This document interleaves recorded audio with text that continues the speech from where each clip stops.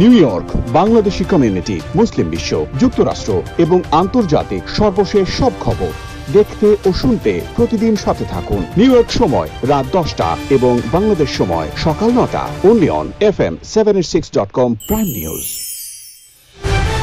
সুপ্রিয় দর্শক শ্রোতা, আজ 2 জানুয়ারি 2021 শনিবার। নিউ ইয়র্ক সময় এখন রাত 10টা।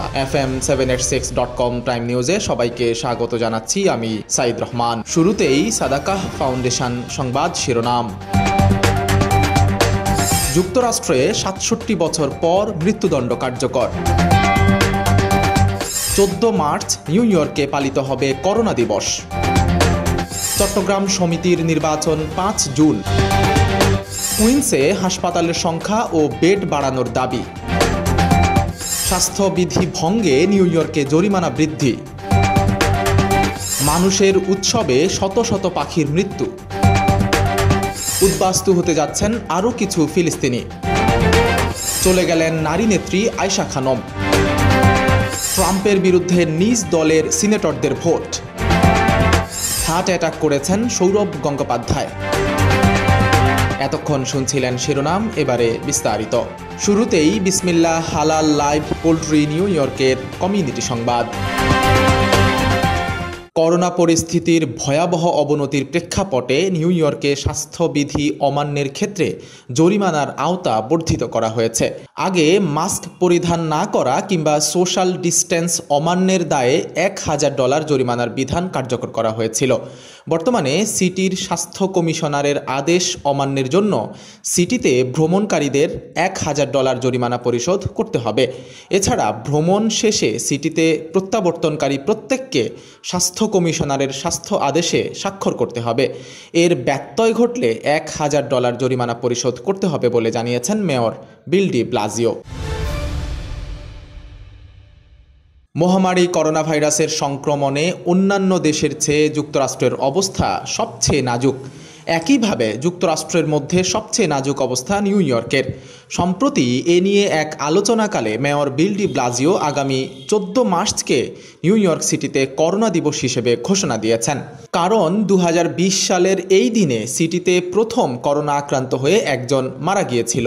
করোনায় নিহতদের প্রতি শ্রদ্ধা জানানোর জন্যই এই দিবসটি পালন করা হবে। শরিয়াহ বোর্ড সার্টিফাইড বিসমিল্লাহ হালাল লাইভ পোল্ট্রি। এখানে সম্পূর্ণ শরিয়াহ মেনে চিকেন, ডাক, কবুতর, কোয়েল, টার্কি সহ সকল খাদ্যযোগ্য প্রাণী জবেহ করা হয়। বিফ, লাইভ ফিশ এবং সব ধরনের গ্রোসারি থেকে বেছে নিন আপনার পছন্দ মতো।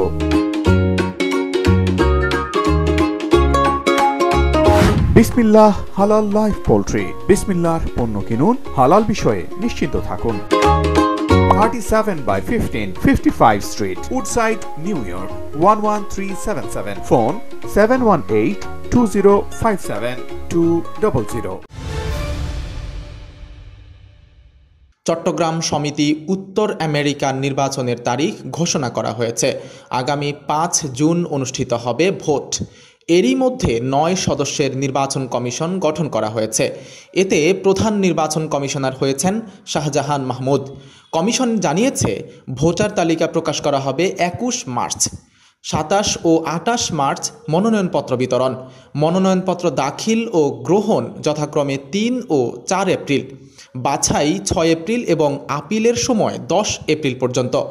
এরপর প্রার্থিতা প্রত্যাহারের শেষ সময় 11 এপ্রিল এবং 13 এপ্রিল চূড়ান্ত প্রার্থিতা ঘোষণা করা হবে। কুইন্স বোরোর বিভিন্ন হাসপাতালে বেড সংখ্যা বৃদ্ধি এবং সেখানে আরও হাসপাতাল স্থাপন করার দাবি জানিয়েছেন এলাকাবাসী। হাসপাতালগুলোতে রোগীর তুলনায় বেড সংখ্যা কম থাকার অভিযোগের ভিত্তিতে গত 26 ডিসেম্বর বিষয়টি খতিয়ে দেখতে রাইজ অ্যান্ড রেসিস্ট নামের একটি গ্রুপ সরেজমিনে খোঁজখবর নেয়। গ্রুপটি এই উপলক্ষে একটি র্যালির আয়োজন করে, যেখানে এলাকাবাসী অংশ নিয়েছেন। এ সময় অংশগ্রহণকারীরা হাসপাতালে বডি ব্যাগ নয়, বেড চাই বলে স্লোগান দিয়েছেন। ভাবছেন মহামারী করোনার প্রভাবে থমকে যাওয়া পৃথিবীর সাথে কিভাবে আপনি তাল মিলিয়ে এগিয়ে যাবেন? আইটি সেক্টরে প্রশিক্ষণ নিন এবং নতুন রূপে ইউটার্ন নিয়ে চলতে শুরু করুন দুর্দান্ত গতিতে। স্কুল, কলেজ, অফিস চলছে এখন অনলাইনে, তবে আপনি কেন পিছিয়ে থাকবেন? ট্রান্সফোটেক একাডেমিতে ঘরে বসে অনলাইনে আইটি সেক্টরে 3 মাসের ট্রেনিং গ্রহণ করুন। আমেরিকার চাকরি বাজারে সফটওয়্যার, কিউএ টেস্টিং এবং সাইবার সিকিউরিটিতে 1 মিলিয়নের বেশি ওপেন পজিশন রয়েছে। কোর্স শেখার পর আমরাই আপনাকে চাকরির ব্যবস্থা করে দেব। আমাদের রয়েছে নিজস্ব রিক্রুটিং টিম এবং 500 এর বেশি কোম্পানির সাথে আন্তঃযোগাযোগ। তাছাড়া অনলাইনে চাকরি করে বছরে আর্ন করতে পারেন $80,000 থেকে $1 লাখ। সিদ্ধান্ত আপনার, বাস্তবায়ন করার দায়িত্ব আমাদের। Transfotech academy, where dreams are born। আজই কল করুন 8443944826 এই নম্বরে। ইমেল করুন contact@transfotechacademy.com। বিস্তারিত জানতে ভিজিট করুন আমাদের ওয়েবসাইট www.transfotechacademy.com।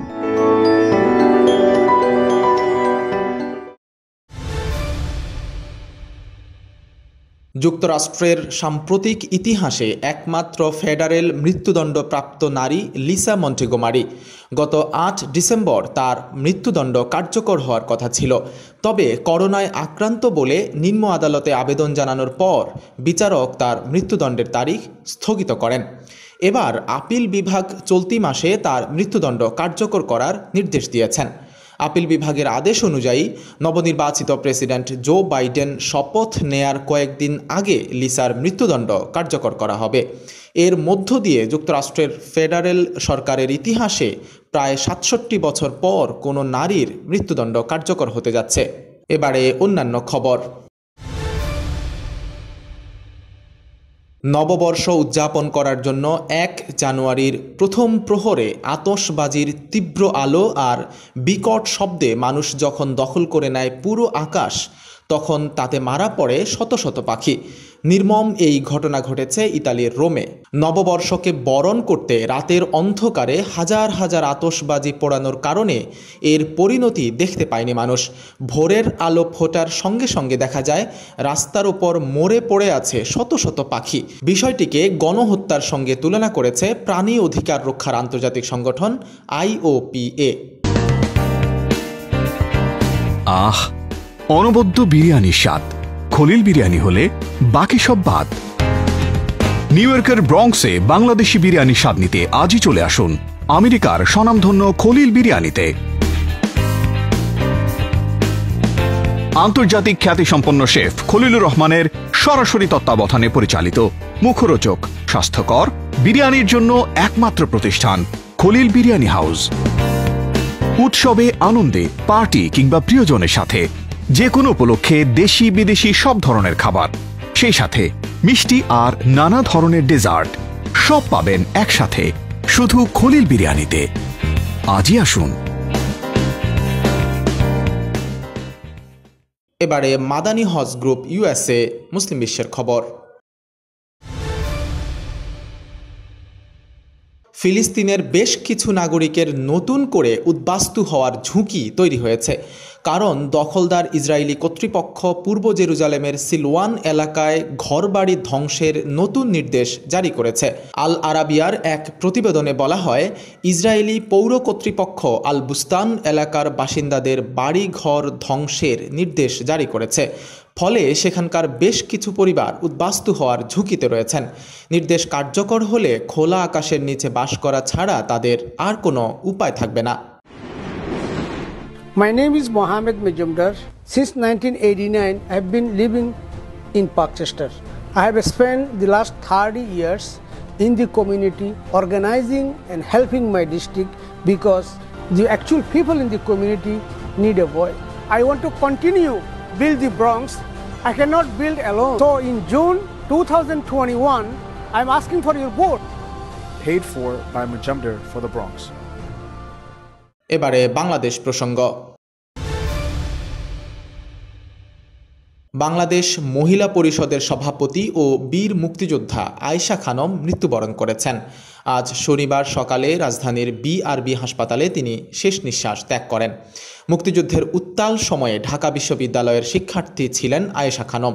বিশ্ববিদ্যালয়টির যেসব শিক্ষার্থী মুক্তি সংগ্রামকে এগিয়ে নিতে সক্রিয়ভাবে অংশ নিয়েছিলেন তাদের মধ্যে আয়েশা খানম অন্যতম। যুদ্ধের এক পর্যায়ে আগরতলায় গিয়ে আহত মুক্তিযোদ্ধাদের চিকিৎসা সেবা দিয়েছেন তিনি। FM 786 প্রাইম নিউজে এবার একটি বিরতির পর ফিরে এসে জানাবো আরও কিছু গুরুত্বপূর্ণ খবর। সাদাকা ফাউন্ডেশন USA মার্কিন যুক্তরাষ্ট্র ভিত্তিক সাহায্য সংস্থা, জাতি ধর্ম বর্ণ নির্বিশেষে বিপন্ন মানবতার পাশে সব সময়। করোনা মহামারীর এই দুর্যোগে 7 দিন 24 ঘন্টা আপনার পাশে আছে সাদাকা ফাউন্ডেশন। আপনিও সাথে থাকুন। Hotline number 7182009222।